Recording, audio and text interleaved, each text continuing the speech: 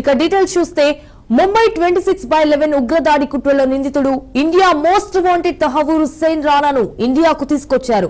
అప్పగింతను నిలిపివేయడానికి ఉన్న అన్ని చట్టపరమైన మార్గాలను ఉపయోగించుకున్న తర్వాత ప్రత్యేక విమానం ద్వారా ఇండియాకు తరలించారు. ఢిల్లీ చేరుకున్న వెంటనే నేషనల్ ఇన్వెస్టిగేషన్ ఏజెన్సీ రానాను విచారించనుంది. National investigation agency research and analysis wing విచారించనున్నాయి. అయితే నేరపూరిత కుట్ర, భారత ప్రభుత్వానికి వ్యతిరేకంగా యుద్ధం చేయడం, హత్య, ఫోర్జరీ, చట్ట విరుద్ధ కార్యకలాపాలపై అయితే చట్టాల కింద అభియోగాలు మోపారు.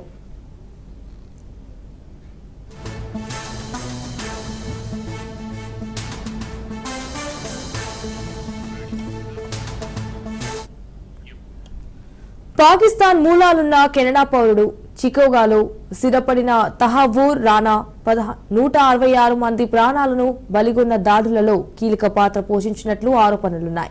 2008 నాటి దాడిలో ప్రధాన నిందితుడైన పాకిస్తాన్ అమెరికన్ ఉగ్రవాది డేవిడ్ కోల్మన్ హెడ్లీ ఉగ్రవాద కార్యకలాపాలు, దాని సన్నాహాలకు రానా లాజిస్టికల్ మరియు ఆర్థిక సహాయం అందించాడని చెప్పాడు.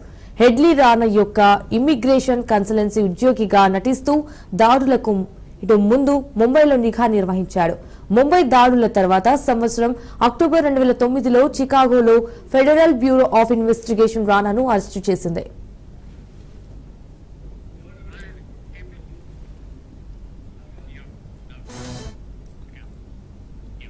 లష్కరే తోయిబాకు మెటీరియల్ మద్దతు అందించినందుకు 2011లో రానా కుట్ర కేసులో యుఎస్ లో దోషిగా తేల్చాడు. ఇటీవల లాస్ ఏంజల్స్ లోని మెట్రోపాలిటన్ డిటెన్షన్ సెంటర్ లో ఉన్నాడు. ఫిబ్రవరిలో వైట్ హౌస్ లో ప్రధాని మోడీతో జరిగిన సమావేశంలో అధ్యక్షుడు డొనాల్డ్ ట్రంప్ రానా అప్పగింతను ఆమోదించిందని ప్రకటించారు. 2008లో భారత ఆర్థిక రాజధానిని అతలాకుతలం చేసిన 3 రోజుల దాడి ముంబైలోని హోటళ్లు, రైల్వే స్టేషన్ మరియు ఒక యూదుల కేంద్రాన్ని లక్ష్యంగా చేసుకుంది. అయితే ఇటు లష్కరే తోయిబా ఈ దాడులను నిర్వహించిందని ఇండియా ప్రకటించింది. అయితే ఈ పాకిస్తాన్ మాత్రం ఈ ఘటనను ఖండించింది.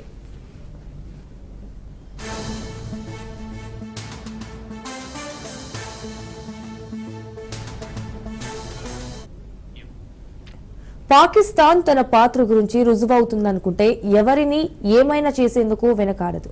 ఇప్పుడు తమకు రానాతో సంబంధం లేదంటోంది. ఆయన అసలు పాకిస్తాన్ పౌరుడు కాదంటోంది. పాకిస్తాన్, కెనడా ఉగ్రవాది తహవూర్ హుస్సేన్ రానా తమకు తెలియనట్టుగా డ్రామాలాడుతోంది. రానా అమెరికా నుండి అప్పగించడంతో తన బండారం ఎక్కడ బయటపడుతుందోనని బెంగపడుతోంది. అయితే ఇటు కెనడాకు వలస వెళ్లిన తర్వాత కూడా తన గడువు ముగిసిన పౌరసత్వాన్ని పునరుద్ధరించడానికి కూడా రానా ప్రయత్నించలేదని పాకిస్తాన్ విదేశాంగ శాఖ వెల్లడించింది. ఇటు కెనడాకు వలస వెళ్లిన వారికి పాకిస్తాన్ ద్వంద్వ పౌరసత్వాన్ని అనుమతించిందని ఇప్పుడు రానా స్పష్టంగా కెనడా జాతీయుడని అంటోంది. తహవూర్ రానా 2 దశాబ్దాలుగా పైగా తన పాకిస్తాన్ వీసా డాక్యుమెంట్స్ సబ్మిట్ చేయకపోవడంతో కెనడా జాతీయుడిపైపోయాడని పాక్ కపట నాటకం ఆడుతోంది.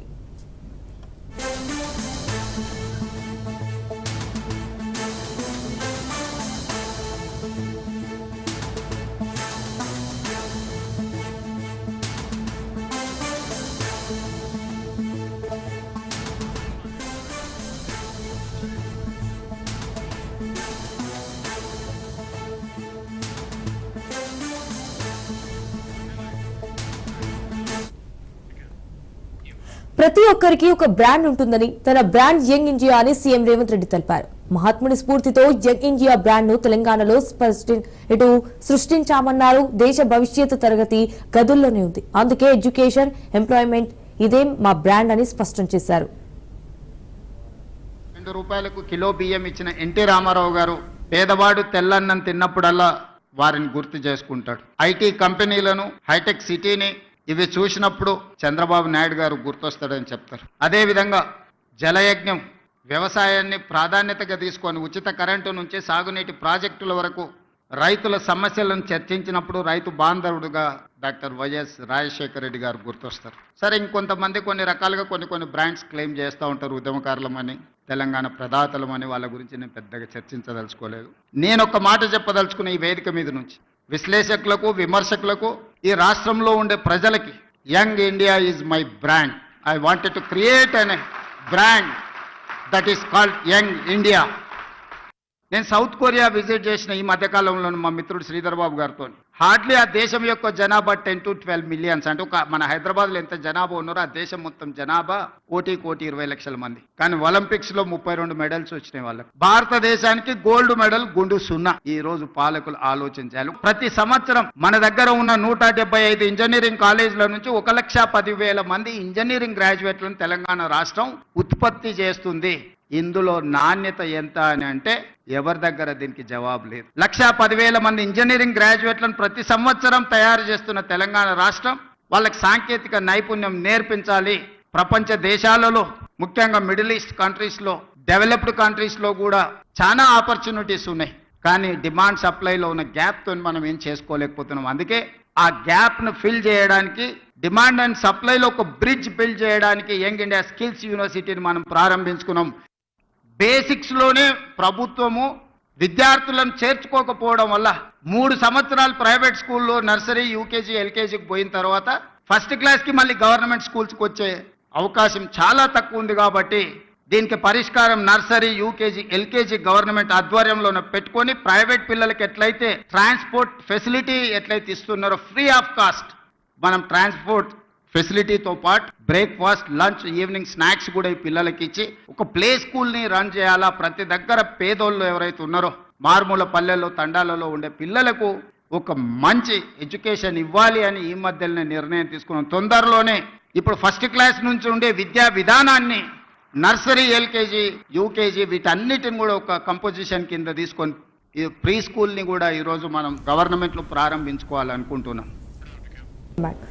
గుజరాత్ సబర్మతి నదిని మంత్రి Ponnam Prabhakar, PCC chief Mahesh Kumar Goud, CM సలహాదారు వేం నరేందర్ రెడ్డి పరిశీలించారు.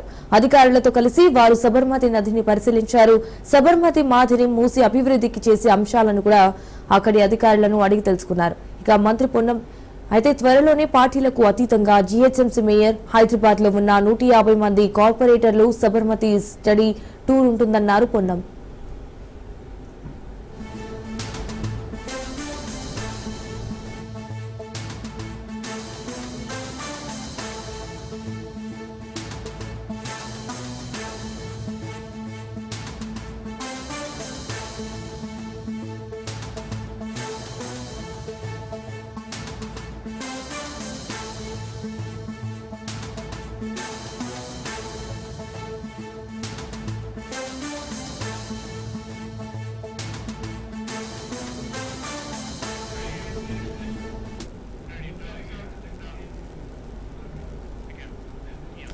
సీఎం రేవంత్ రెడ్డిపై BJP floor leader Aleti Maheshwar Reddy fire అయ్యారు. సీఎం రేవంత్ మతి స్థిమితం లేని వ్యక్తిగా మాట్లాడినట్లు కనబడిందన్నారు. పదవి కాపాడుకోవడానికే రేవంత్ ఇలాంటి వ్యాఖ్యలు చేస్తున్నారన్నారు. మీనాక్షి నటరాజన్ సెక్రటేరియట్ లో అడుగుపెట్టగానే సీఎం రేవంత్ డమ్మీ అని తేలిందని విమర్శించారు. అయితే పార్టీ నాయకురాలు సెక్రటేరియట్ లో సమీక్ష ఎలా నిర్వహిస్తారని, రాజ్యాంగాన్ని పరిరక్షించేందుకు జై సంవిధానం అని చెప్పుకోవడం కాదు, రాజ్యాంగాన్ని కాపాడాలన్నారు. తెలంగాణలో రేపు ఎన్నికలు జరిగినా కాంగ్రెస్ గెలవదన్నారు. నిన్న జరిగినటువంటి ప్లీనరీ సమావేశాల్లో తెలంగాణ ముఖ్యమంత్రి రేవంత్ రెడ్డి గారు మాట్లాడినటువంటి తీరు యావత్ భారతదేశంలో మధ్య స్థిమితం లేనటువంటి వ్యక్తి మాట్లాడినట్టుగా, బాధ్యత రహితంగా మాట్లాడినట్టుగా కనబడుతుంది. ఒకసారి మీరు ఆలోచిస్తే మన పదవి కాపాడుకోవడం కోసం మాట్లాడినట్టుగా, రాహుల్ గాంధీ మెప్పు కోసం ఏదో మాట్లాడాలి కాబట్టి ఒక విమర్శ చేయాలన్నట్టుగా విమర్శ చేస్తా ఉన్నారు. కానీ నిజంగా రేవంత్ రెడ్డి మాటలు ఒక బుడ్డర్ ఖాన్ మాటలు లెక్క, ఒక బుడ్డర్ ఖాన్ ని తలపిస్తున్నట్టుగా మాట్లాడుతున్నాడు. తెలంగాణలో ఆయన పదవి కాపాడుకోవడానికి ఏదో ఒక రకంగా తన పదవికి ఉన్నటువంటి గండాన్ని తప్పించుకోవడానికి రాహుల్ గాంధీ ఆధార దగ్గర తెలంగాణ ఆత్మగౌరవాన్ని తాకట్టు పెట్టినటువంటి రేవంత్ రెడ్డి ఈరోజు ఏ మొక్క పెట్టుకుని మాట్లాడుతున్నాడో, ఈరోజు మీనాక్షి నటరాజన్ ఎప్పుడైతే సెక్రటరియట్ లోకి ఎంటర్ అయిందో ఆ రోజే రేవంత్ రెడ్డి ఒక అసమర్థుడిగా, రేవంత్ రెడ్డి ఒక డమ్మీ ముఖ్యమంత్రిగా మిగిలిపోయినట్టుగా స్పష్టమైంది. ఎప్పుడైతే ముఖ్యమంత్రి లేకుండా సెక్రటరియట్ సాక్షిగా రివ్యూ చేయడం అంటే గతంలో ఏనాడు చూడలేదు. ఇలాంటి సందర్భాలు ఏ రోజు కాండాలేదు. రాజ్యాంగ పుస్తకాన్ని చేతిలో పట్టుకుని తిరగడం కాదు, రాజ్యాంగాన్ని పరిరక్షించాలంటే మీరు రాజ్యాంగాన్ని గౌరవించాలి. అలాంటి రాజ్యాంగేతర శక్తిని తీసుకొచ్చి సెక్రటరియట్ లో కూర్చోబెట్టి మంత్రులను, అధికారులను మీరు సమీక్ష చేసి ఆదేశాలు ఇవ్వడం ఇదేనా ప్రజాస్వామ్యం? ఇదేనా మీ రాజ్యాంగానికి ఇచ్చే గౌరవం అని చెప్పి కంచ గచ్చిబౌలి భూముల విషయంలో నియమ నిబంధనలను ప్రభుత్వం ఉల్లంఘించిందని మాజీ మంత్రి హరీష్ రావు మండిపడ్డారు. అన్ని ఆధారాలతో క్షేత్రస్థాయి వాస్తవ పరిస్థితులతో సుప్రీంకోర్టు పరిధిలోని సెంట్రల్ ఎంపవర్డ్ కమిటీని కలిశామన్నారు. రైతు ఒక్క చెట్టు కొడితే కేసు నమోదు చేస్తున్నారు. రైతుకు ఒక చట్టం, రేవంత్ రెడ్డికి ఒక చట్టమా అంటూ హరీష్ రావు ప్రశ్నించారు. ఢిల్లీలో కూడా అయిపోయింది. మొన్న బీసీల ధర్నా అని ఢిల్లీకి పోయిండు, ధర్నా పెట్టిండు. ధర్నాకు రేవంత్ రెడ్డి ఏం చెప్పిండు? నేను రాహుల్ గాంధీని తోలుకొత్తా, ప్రధానమంత్రిని ఒప్పిస్తా, పార్లమెంట్లో బిల్లు పాస్ చేపిస్తా అని మాట్లాడిండు. కానీ ఢిల్లీ దాకా పోయినాక అర్థమైంది ఏంది? ఈయన పిలిస్తే రాహుల్ గాంధీ రాలే. ఈయన ధర్నా పెడితే ఈయన పార్టీ నాయకుడు రాహుల్ గాంధీ ఢిల్లీలో ఉండి ధర్నాకు రాలే. అపాయింట్మెంట్ కూడా ఇయ్యలే ఈయనకు. లాస్ట్కి ఈయన వాపస్ వచ్చిండు. ఈయన వచ్చినాక తెల్లారి మాత్రం మిగతా పిసిసి అధ్యక్షుడు, ఉప ముఖ్యమంత్రిని అందరినీ పిలిచి సోనియా గాంధీ ఫోటోలు దిగింది, రాహుల్ గాంధీ ఫోటోలు దిగింది. రేవంత్ రెడ్డికి మాత్రం తలుపులు బంద్ పెడుతున్నారు. ఈయన వెళ్తలేదు. రేవంత్ రెడ్డి పాలన సగం సగం ఆగమాగం. ఏది చూసినా సగం సగం, అంతా ఆగమాగం.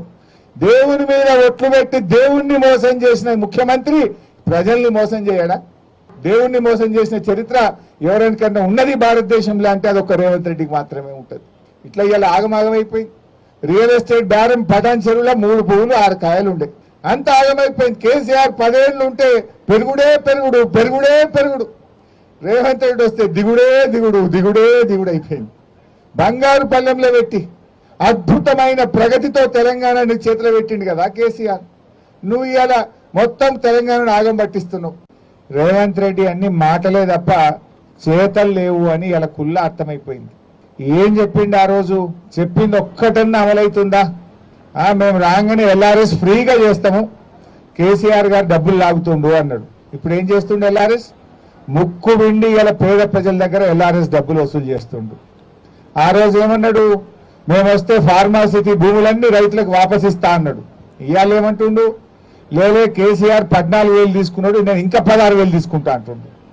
అంతా ఉల్టా. రైతు బంధు ఇవో కేసీఆర్ 10,000 ఇస్తుండు, నేను రాగానే 15,000 ఇస్తా అన్నాడు. ఏమైపోయింది? కొండ నాలుగకు మందేస్తే ఉండ నాలుగు ఉడకపోయిందట. 15,000 కాదు కదా, 10,000 కూడా దిక్కులేవు కదా. కొన్ని పనులు హైదరాబాద్లో చూస్తే మాత్రం కనబడ్డాయి. కేసీఆర్ కట్టిన ఫ్లైఓవర్లకు రంగులు మాత్రమే ఎత్తుండబ్బా రేవంత్ రెడ్డి. ఈ మధ్య మీరు హైదరాబాద్ చూడండి, ఫ్లైఓవర్లకు కొన్ని బొమ్మలు ఎత్తురు అంతే. ఇక బొమ్మలు చూసి రేవంత్ రెడ్డి కట్టిండి అనుకోవాలి. కట్టింది కేసీఆర్, బొమ్మలు వేసింది రేవంత్ రెడ్డి. రేవంత్ రెడ్డి వచ్చినాక ఏమన్నా కనబడ్డాయంటే హైదరాబాద్లో కొత్తగా ఆ ఫ్లైఓవర్లకు బొమ్మలు మాత్రం కనబడుతున్నాయి, ఏం కనబడతలేవు. కేసీఆర్ కట్టించిన డబుల్ బెడ్రూమ్లకు 3 రంగులు వేసి పరిస్థితి, వాళ్ళే కట్టినట్టు. కట్టింది కేసీఆర్, 3 రంగులు వేసి మేమే కట్టినామంటారు. రేవంత్ రెడ్డి పాలనలో ఇవాళ ప్రజలకు అర్థమైతా ఉంది.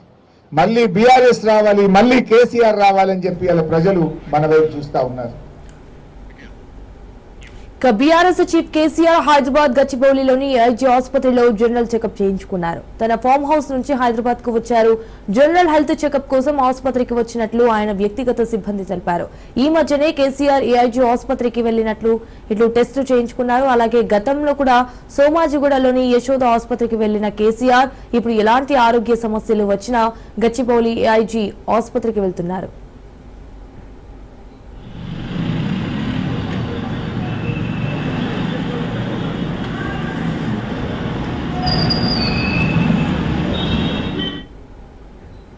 హెచ్సీయూకి supreme court central empowered committee Kancha Gachibowli భూములను పరిశీలించింది.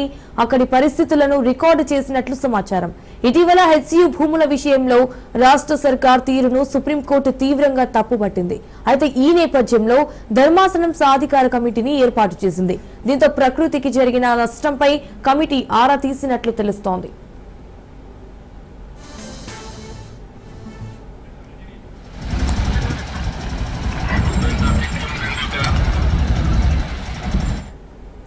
ఇక సుప్రీంకోర్టు ఏర్పాటు చేసిన సెంట్రల్ ఎంపవర్డ్ కమిటీని విద్యార్థులను కలవనీయకుండా పోలీసులు చర్యలు తీసుకున్నారు.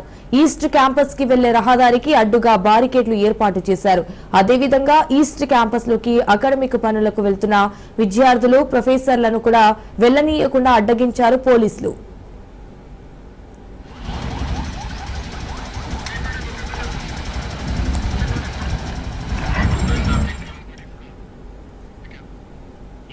ఇక జగన్ సతీమణిపై అనుచిత వ్యాఖ్యలు చేసిన చేబ్రోలు కిరణ్ ను పోలీసులు అరెస్టు చేశారు. సెల్ టవర్ లొకేషన్ ఆధారంగా విజయవాడ ఇబ్రహీంపట్నం ప్రాంతంలో కిరణ్ ఉన్నట్లు గుర్తించి అదుపులోకి తీసుకున్నారు. అయితే భారతిపై నిందితుడు అనుచిత వ్యాఖ్యలు చేశాడు. అతని వ్యాఖ్యలు సోషల్ మీడియాలో వైరల్ గా మారడంతో విషయం కాస్త టీడీపీ పెద్దల వద్దకు చేరింది.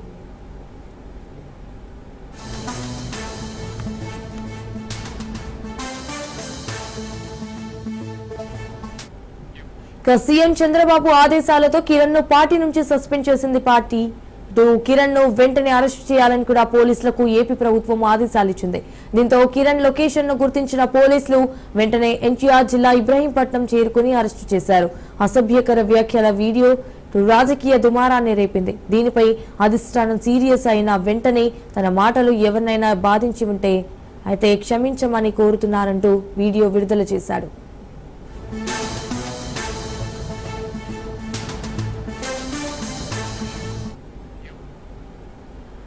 జగన్ సతీమణిపై అసభ్యకరమైన వ్యాఖ్యలు చేసినందుకు టీడీపీ కార్యకర్త చేబ్రోలు కిరణ్ ని మంగళగిరి పోలీసులు అరెస్టు చేశారు. ఇబ్రహీంపట్నంలో కిరణ్ ని అదుపులోకి తీసుకున్నామని కూడా గుంటూరు ఎస్పీ సతీష్ తెలిపారు.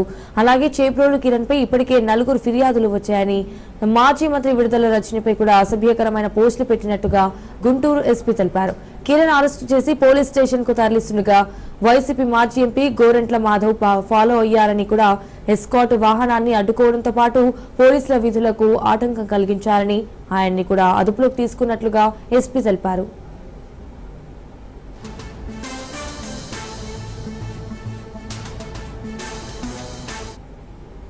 గవర్నమెంట్ ఎప్పుడు చెప్తున్నట్టు ఆడవాళ్ళ పైన కానీ లేకపోతే పిల్లల పైన చిన్నపిల్లల పైన కానీ జరుగుతున్న నేరాలని ఎప్పుడు కూడా మనం అక్సెప్ట్ చేయము. సో దాంట్లో ఒక భాగంగా అలాగా మాట్లాడారు, ఎక్స్ట్రీమ్ వైఫ్ పైన బాగా అసభ్యంగా మాట్లాడారు కాబట్టి వాళ్ళు ఇమీడియట్ గా అరెస్ట్ చేయడం జరిగింది. దీంట్లో ఈ పర్టికులర్ చేబ్రోలు కిరణ్ కుమార్ పైన ప్రీవియస్ గా పట్టాపురంలో కేసు ఉంది, తర్వాత తాడేపల్లిలో ఒక కేసు ఉంది, తర్వాత ప్రివెంటివ్ కస్టడీ ప్రివెంటివ్ సెక్షన్స్ పైన కూడా 2 కేసులు ఉంది. టోటల్ 5 కేసులు ఉన్నాయి, 4 కేసులు ఉన్నాయి. సో దీనితో పాటు కలిపి ఇది రిపీటెడ్ గా చేస్తున్నారు కాబట్టి మనం రిమాండ్ కూడా మెజిస్ట్రేట్ దగ్గర ప్రొడ్యూస్ చేయబోతున్నాం. అదేవిధంగా డిప్యూటీ సీఎం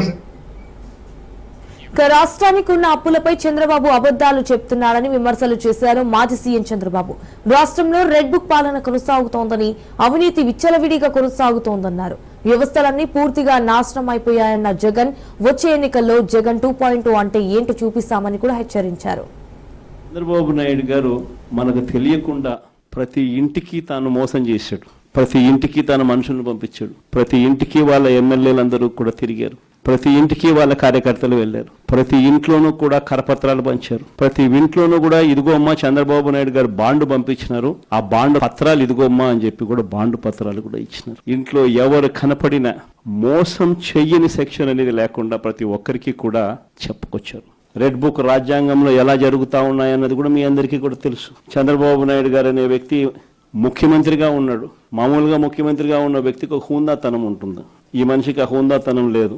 ఈ మనిషికి ఏదైనా కూడా తాను ముఖ్యమంత్రి కాబట్టి ఏ పదవైనా తనకే కావాలి, తనకు సంఖ్యాబలం లేకపోయినా తనకే కావాలి అన్న అహంకారంతో ఈ రోజు చంద్రబాబు నాయుడు రెడ్ బుక్ పాలన సాగిస్తా ఉన్నాడు. 57 చోట్ల జరిగితే 7 చోట్ల ఎన్నికను వాయిదా వేశారు. ఎందుకనంటే అక్కడ చంద్రబాబు నాయుడుకు గెలిచే వాతావరణం కనిపించక ఆ 7 చోట్ల ఎన్నికలు వాయిదా చేశారు. మరో 50 చోట్ల ఎన్నిక పెట్టని పరిస్థితి, పెట్టాల్సిన పరిస్థితిలో ఖచ్చితంగా పెట్టాల్సిన పరిస్థితిలో ఎన్నికలు జరపాల్సిన పరిస్థితిలో జరపాల్సి వచ్చింది. ఆ వచ్చిన చోట్ల కూడా 50 చోట్లలో 39 చోట్ల వైఎస్ఆర్సీపీ క్యాడర్ తెగింపుతో గట్టిగా నిలబడింది. నిజంగా ఆ తెగింపు వైఎస్ఆర్సీపీ క్యాడర్ చూపించింది కాబట్టి చంద్రబాబు నాయుడు గారు ఏమీ చేయలేకపోయాడు. పూర్వపు రోజుల్లో మనం అంతా బీహార్ గురించి మాట్లాడేవాళ్ళం, బీహార్లో ఎలా ఉండేటివి, బీహార్లో అలా ఉండేటివి అని. ఈరోజు బీహార్ గురించి మాట్లాడాల్సిన పనుల ఆంధ్ర రాష్ట్రం ఎలా ఉంది అని చెప్పి చూస్తే బీహార్ను మించిపోయిన పరిస్థితిలో ఆంధ్ర రాష్ట్రం కనిపిస్తా ఉంది. ఈ రోజు ఆంధ్ర రాష్ట్ర పరిస్థితి, ఇలాంటి పరిస్థితుల మధ్య మనం యుద్ధం చేస్తా ఉన్నాం. మీ అందరికీ నేను ఒకటే చెప్తా ఉన్నాను, కష్టాలు శాశ్వతం కాదు. చీకటి వచ్చిన తర్వాత ఖచ్చితంగా వెలుతురు వస్తుంది. ఇది ప్రతి ఒక్కరూ గుర్తుపెట్టుకోండి. చూస్తూ చూస్తూ కన్ను మూసుకుంటే 3 ఏళ్ళు కూడా అయిపోతుంది. ఈ 3 ఏళ్ళు మాత్రం గట్టిగా తోడుగా నిలబడండి, నాకు తోడుగా నిలబడండి, ప్రజలకు తోడుగా నిలబడండి. ఆ తర్వాత మళ్ళీ వైఎస్ఆర్ కాంగ్రెస్ పార్టీ మళ్ళీ అధికారంలోకి ఖచ్చితంగా వస్తుంది. ఈసారి జగన్ 2 పాలన ఖచ్చితంగా జరుగుతుందని మాత్రం చెప్తాను. మాజీ సీఎం జగన్ భద్రతపై ప్రజల్లో ఆందోళన కొనసాగుతోందని ఎమ్మెల్సీ బొత్స సత్యనారాయణ అన్నారు. రాష్ట్రంలో జగన్ ఎక్కడికి వెళ్లినా అడ్డంకులు సృష్టిస్తున్నారని ఆయన మండిపడ్డారు. కూటమి ప్రభుత్వ చర్యలను తీవ్రంగా ఖండిస్తున్నామన్నారు. జగన్ భద్రతపై ఇప్పటికే కేంద్రానికి లేఖ రాశామన్నారు. భద్రత విషయంలో కేంద్ర హోంమంత్రి అమిత్ షాను కూడా కలుస్తామన్నారు. జగన్మోహన్ రెడ్డి గారు ఏ ప్రాంతానికి పోయినా రాష్ట్రంలో రాయలసీమ కానీ ఇటు ఉత్తరాంధ్ర కానీ ఇటు కోస్తా కానీ ఎక్కడికి వెళ్ళినా వేలాది మంది వస్తారనే విషయం తెలిసినప్పటికి కూడా పోలీస్ ప్రభుత్వ యంత్రాంగం నిర్లక్ష్యంగా ఓ దురుద్దేశంతో ఆ భద్రత వైఫల్యం చేయడం అనేది చాలా శోచనీయం. ఆ ప్రాంతంలో ఉన్న పోలీస్ అధికారులు అంటారు 1100 మందిని మేము వచ్చి సెక్యూరిటీకి కేటాయింపు చేశామంటారు. ఆ విజువల్స్ చూడండి, అక్కడ 1100 మంది పోలీసులు కనీసం 110 మంది అయినా ఉన్నారా చూడండి, కనిపిస్తున్నారు చూడండి. ఎందుకు ఈ ప్రభుత్వానికి అంత ఆక్రోశం? ఎప్పుడు అమరావతిలో ఎస్ఐపిబి సమావేశంలో పలు కంపెనీలతో రాష్ట్ర ప్రభుత్వం ఒప్పందాలు చేసుకుంది. వివిధ పరిశ్రమల ఏర్పాటుకు రాష్ట్ర ప్రభుత్వం గ్రీన్ సిగ్నల్ ఇచ్చింది. ఒప్పందం చేసుకున్న సంస్థలు ఉత్పత్తి మొదలు పెడితేనే లక్ష్యం చేరినట్లు అవుతుందని సీఎం చంద్రబాబు అన్నారు. పెట్టుబడుల సాధన ఫలితాలు క్షేత్రస్థాయిలో కనిపించాలన్నారు. ఉద్యోగాలు పొందిన వారి వివరాలతో త్వరలో పోర్టల్ ఏర్పాటు చేస్తామని కూడా చంద్రబాబు తెలిపారు. అయితే ఐటీ కంపెనీలకు నామమాత్రపు ధరలకే భూ కేటాయింపులు చేయాలని మంత్రి లోకేష్ ప్రతిపాదనకు సీఎం చంద్రబాబు అంగీకరించారు. పోలీస్ వ్యవస్థను ఉద్దేశించి జగన్ చేసిన వ్యాఖ్యలను ఖండిస్తున్నట్లు తెలిపారు AP BJP chief Purandeswari. Sathya Sai జిల్లా ఎస్పీ మహిళ అని కూడా లేకుండా విచక్షణ కోల్పోయి మాట్లాడటం సమంజసం కాదన్నారు. అసలు రాష్ట్రంలో 5,000 మంది మహిళా పోలీసులు ఉన్నారనే విషయం జగన్ కి తెలుసా అని ప్రశ్నించారు. పోలీస్ వారు రాజకీయ నాయకుల యొక్క చొరవతోటో లేదా ఏదో ఒక వ్యవస్థ చొరవతోటో వారి యూనిఫామ్ ని సంపాదించుకోరు. కష్టతరమైనటువంటి పరీక్షల్లో వారు ఉత్తీర్ణులై వారు ఆ అర్హతని సాధిస్తూ ఉంటారు. దేశంలో అదేవిధంగా రాష్ట్రంలో కూడా శాంతి భద్రతల్ని కాపాడవలసినటువంటి బాధ్యత వారి భుజాల మీద వేసుకునేటువంటి 4వ సింహంగా పోలీసు వ్యవస్థని ప్రతి ఒక్కరూ కూడా గుర్తిస్తూ ఉంటారు. వారి ప్రాణాలని ఒడ్డి శాంతి భద్రతల్ని కాపాడటంలో వారు ఒక ప్రధానమైనటువంటి భూమికని పోషిస్తూ ఉంటారు. అటువంటి 4వ సింహంగా పరిగణించబడుతున్నటువంటి పోలీస్ వ్యవస్థని ఉద్దేశించి ఇక మాజీ మంత్రి కాకానికి లుకౌట్ నోటీసులు జారీ చేశారు. మాజీ మంత్రి కాకాని గోవర్ధన్ రెడ్డి కేసులో పోలీసులు వేగం పెంచారు. 3 నోటీసులకు స్పందించకపోవడంతో లుకౌట్ నోటీసులు ఇచ్చారు. దేశం విడిచిపెట్టి వెళ్లకుండా పోలీసులు ముందస్తు చర్యలు చేపట్టారు. అయితే పొదలకూరు మండలం వరదాపురం రుస్తుం మైన్స్ లో అక్రమాలపై విచారణకు హాజరు కావాలంటూ కూడా నోటీసులు జారీ చేశారు.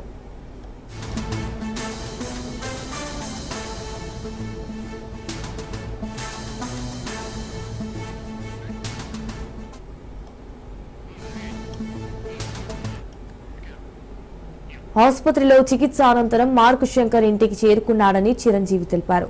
ఈ మేరకు సోషల్ మీడియాలో పోస్ట్ పెట్టారు. మా బిడ్డ మార్క్ శంకర్ ఇంటికి వచ్చేశాడు, అయితే ఇంకా కోలుకోవాలి, తమ కులదైవమైన ఆంజనేయ స్వామి దయతో త్వరలోనే పూర్తి ఆరోగ్యంగా ఉంటాడని తెలిపారు చిరంజీవి.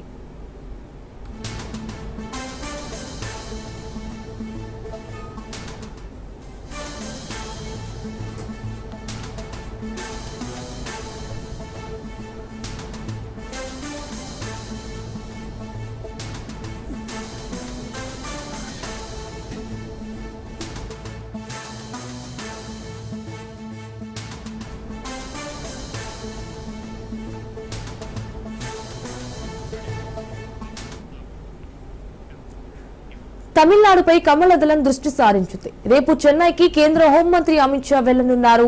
బీజేపీ రాష్ట్ర అధ్యక్షుడి ఎంపికపై ఉత్కంఠ నెలకొంది. అన్నామలై వారసుడు ఎవరు అనే ప్రశ్న అందరిలో నెలకొంది. కొత్త దళపతిపై కాషాయ తమ్మిళ్లు జోరుగా చర్చించుకుంటున్నారు. ఇది వచ్చే ఏడాది తమిళనాడులో ఎన్నికలు జరగనున్నాయి. దీంతో పొత్తులపై రేపు అమిత్ షా క్లారిటీ ఇవ్వనున్నారు. అన్నా డీఎంకే అగ్రనేతలతో పొత్తులపై చర్చిస్తారు. అలాగే తుగ్లక్ సంపాదకుడు గురుమూర్తితో అమిత్ షా భేటీ అవుతారు. ఇటు ఏప్రిల్ 12న బీజేపీ రాష్ట్ర అధ్యక్షుడిని ప్రకటిస్తారని కూడా తమిళనాడు నేతలు చెప్తున్నారు.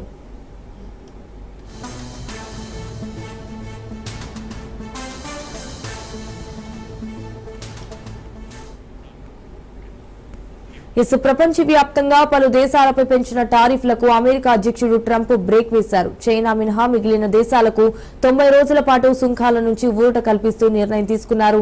దీంతో ఆసియా మార్కెట్లు లాభాలతో ప్రారంభమయ్యాయి. సూచీలు పోటీపడుతూ ఎగబాకుతున్నాయి. అయితే జపాన్ నిక్కీ సూచిక మార్కెట్ ట్రెండింగ్ లో గణనీయమైన పెరుగుదలను సూచిస్తోంది.